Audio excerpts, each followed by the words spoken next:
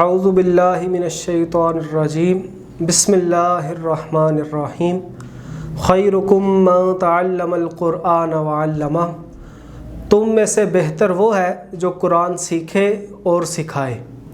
قرآن پاک سب سے عظیم اور مقدس کتاب ہے جو رب تعالیٰ کی طرف سے کاروان انسانیت کے عظیم رہنما رسول اکرم صلی اللہ علیہ وآلہ وسلم پر نازل ہوئی۔ قرآن پاک کی عظمت و بزرگی اور اس کی رفعت کے لیے اتنا ہی کافی ہے کہ یہ مالک ارض و سما، خالق لوح و قلم کا کلام ہے، اور سب سے بڑھ کر یہ کہ اس کی حفاظت رب تعالیٰ نے اپنے ذمہ کرم پر لی ہے۔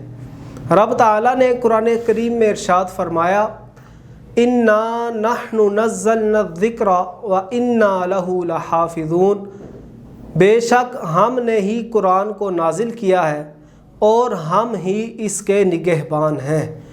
رسول اکرم نور مجسم، عرب کے چاند، عجم کے سورج، صلی اللہ علیہ وآلہ وسلم کا فرمان عالی شان ہے کہ جس شخص نے قرآن پاک سیکھا اور سکھایا اور جو کچھ قرآن کریم میں ہے اس پر عمل کیا، قیامت کے دن قرآن پاک اس کی شفاعت کرے گا اور اسے جنت میں لے جائے گا۔ دنیا کی کتابوں میں قرآن چمکتا ہے، قرآن میں اللہ کا فرمان چمکتا ہے۔ عادت بنا لے جو تلاوت قرآن کی، اللہ کی نظروں میں وہ انسان چمکتا ہے۔ اللہ پاک سے دعا ہے کہ ہمیں قرآن پاک پڑھنے، پڑھانے اور اس پر عمل کرنے کی توفیق عطا فرمائے۔